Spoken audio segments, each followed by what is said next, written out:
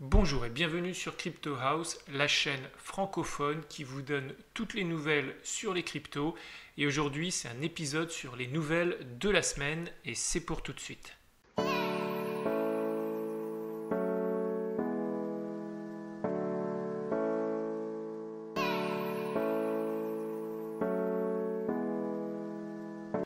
Alors cette semaine, c'est une semaine encore où le marché stagne.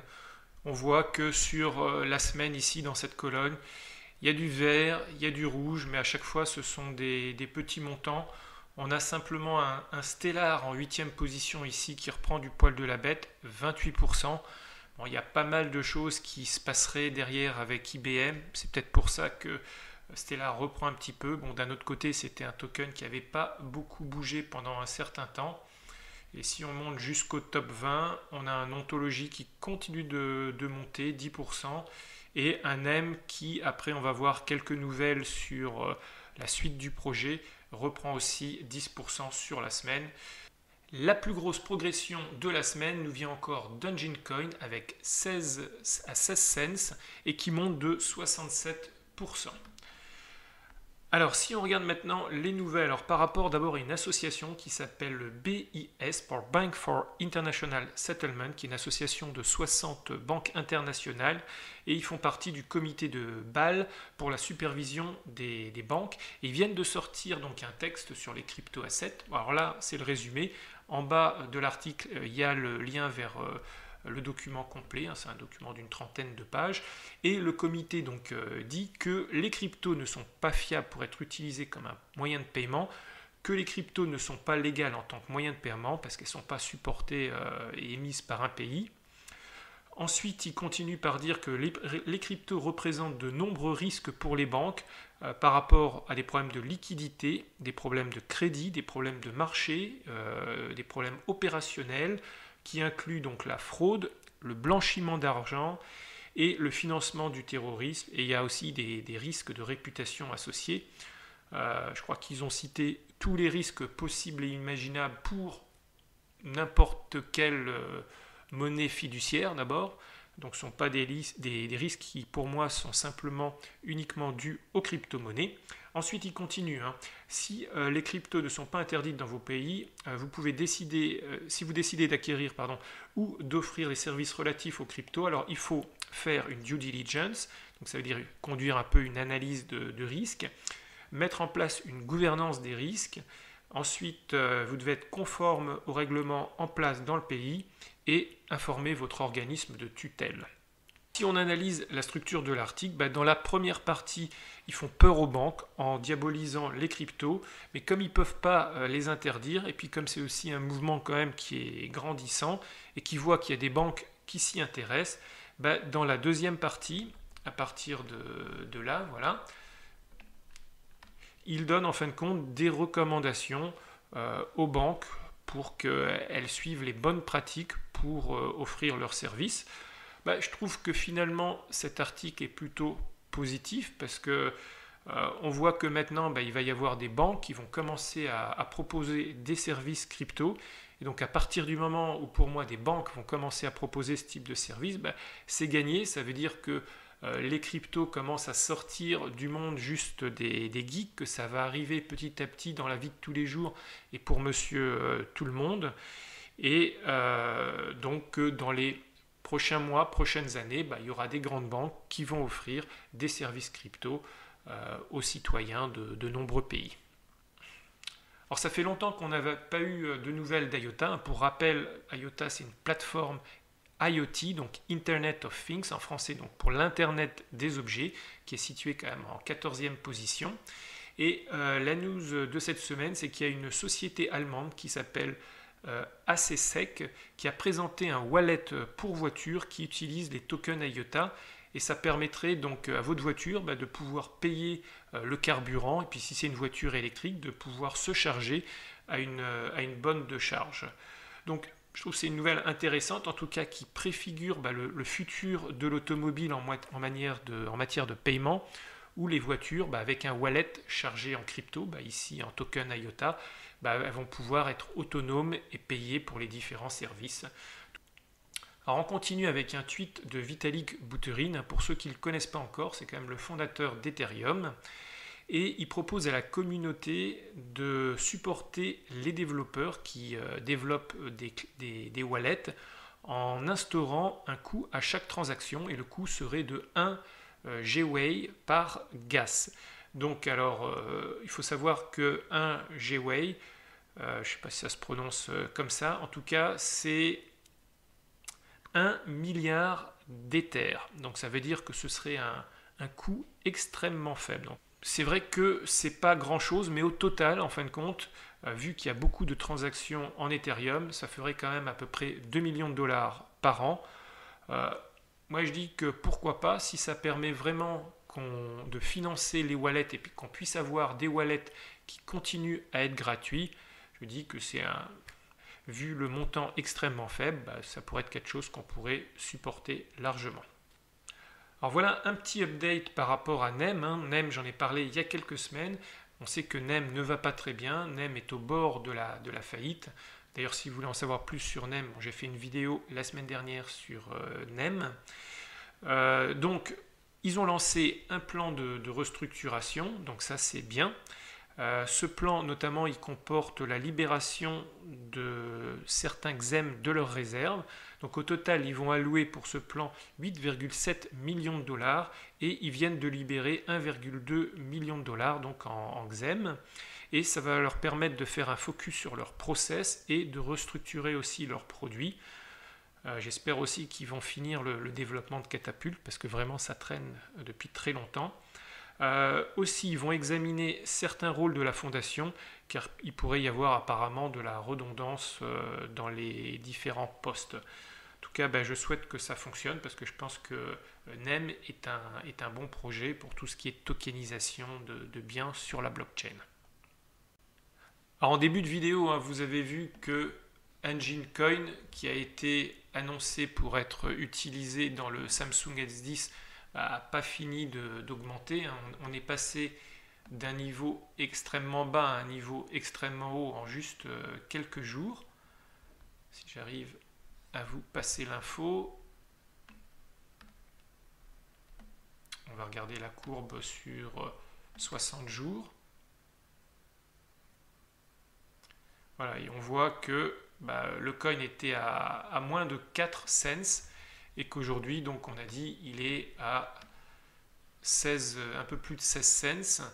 Donc on voit l'effet Samsung. Alors ce qui se dit maintenant sur le web, c'est que Icon, avec Icon Loop, pourrait être la prochaine crypto officiellement supportée par Samsung. Alors c'est juste une rumeur que je relais, mais bon, il y a des raisonnements intéressants. Donc d'abord ils disent donc que Samsung est membre d'Icon Loop. Je crois que c'est même le premier membre qu'ils mettent en avant sur leur site. Voilà, on voit ici en partenaire, le premier c'est Samsung.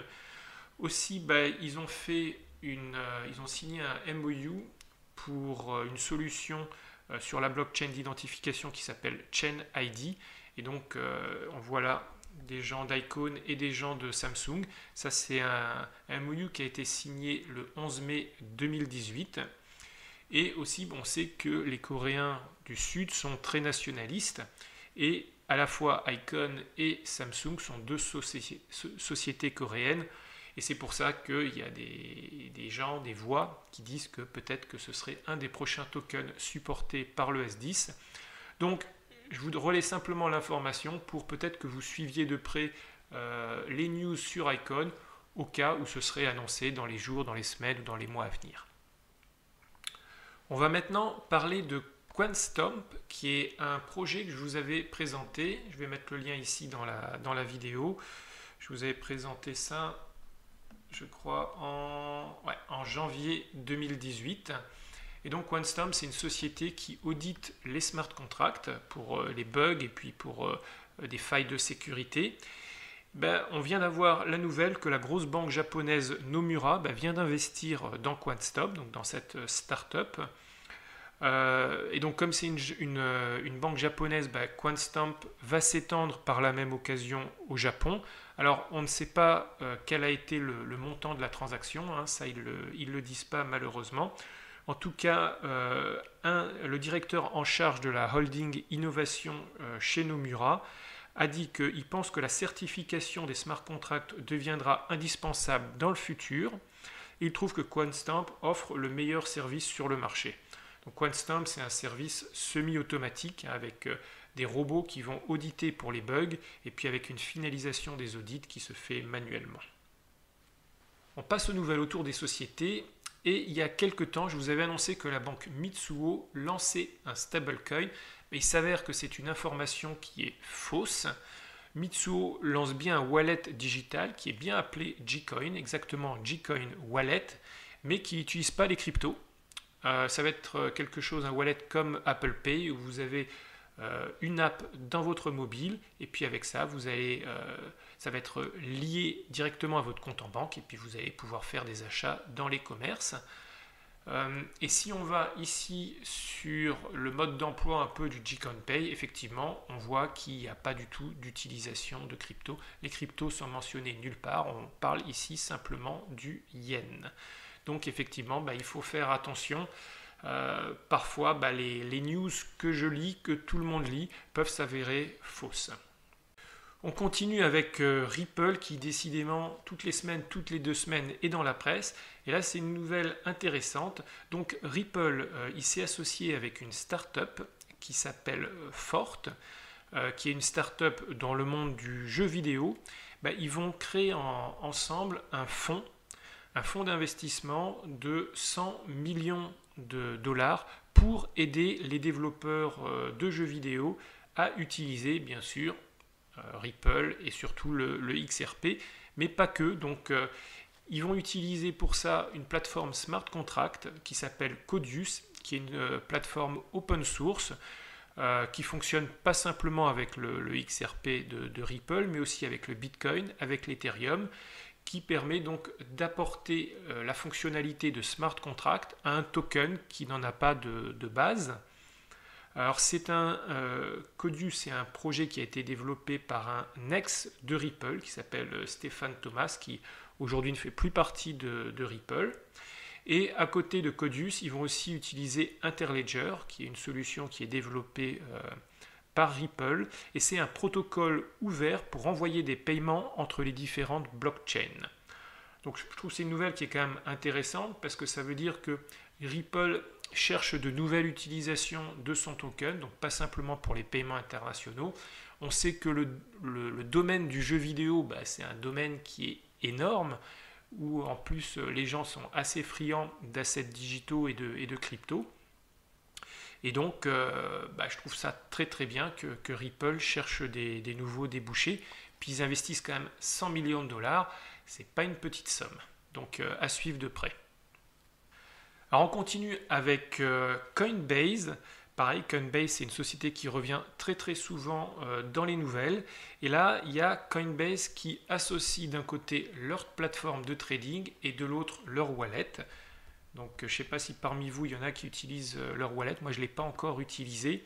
Mais c'est intéressant parce que le fait de lier les deux, ça veut dire que vous allez pouvoir trader sur Coinbase et ensuite sauvegarder vos tokens et sauvegarder surtout votre clé privée sur le wallet.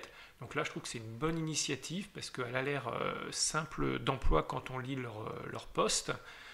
Et ça permet de sécuriser sa clé privée, alors que sur un exchange, comme on dit, c'est pas votre clé, pas vos cryptos.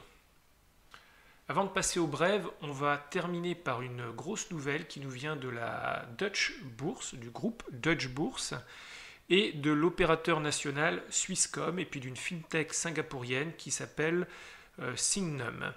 Ils ont signé un accord de partenariat stratégique pour construire une infrastructure pour les cryptos. Ça c'est quand même pas mal, on parle de la Dutch Bourse et de Swisscom, deux sociétés quand même énormes. Alors ils parlent d'un écosystème qui engloberait l'émission et la conservation d'actifs numériques tout en offrant un accès aux liquidités. Et les nouveaux services devraient être lancés encore en 2019. Donc là c'est un extrait, je vous ai lu un extrait de l'annonce de presse. Donc en langage non bancaire, ça veut dire tout simplement qui vont offrir des services de vente de crypto, de stockage de crypto, de tokenisation d'assets et de management de portefeuille.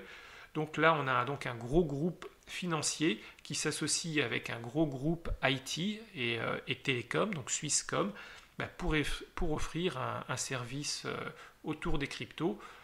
C'est quand même une sacrée news, hein. Après Fidelity qui lance sa solution de custody, j'ai lu aussi, je ne voulais pas présenter cette semaine, mais il y a aussi IBM qui lance sa solution de custody.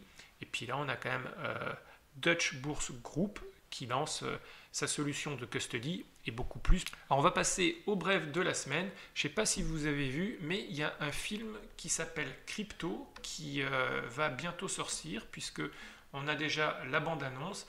Alors c'est un film avec notamment Kurt Russell et comme son nom l'indique, il parle de crypto. Alors là j'ai fait un arrêt sur écran où on voit un wallet avec de l'Ethereum, du Wave, du Stellar, du Neo, pas de Bitcoin étonnamment.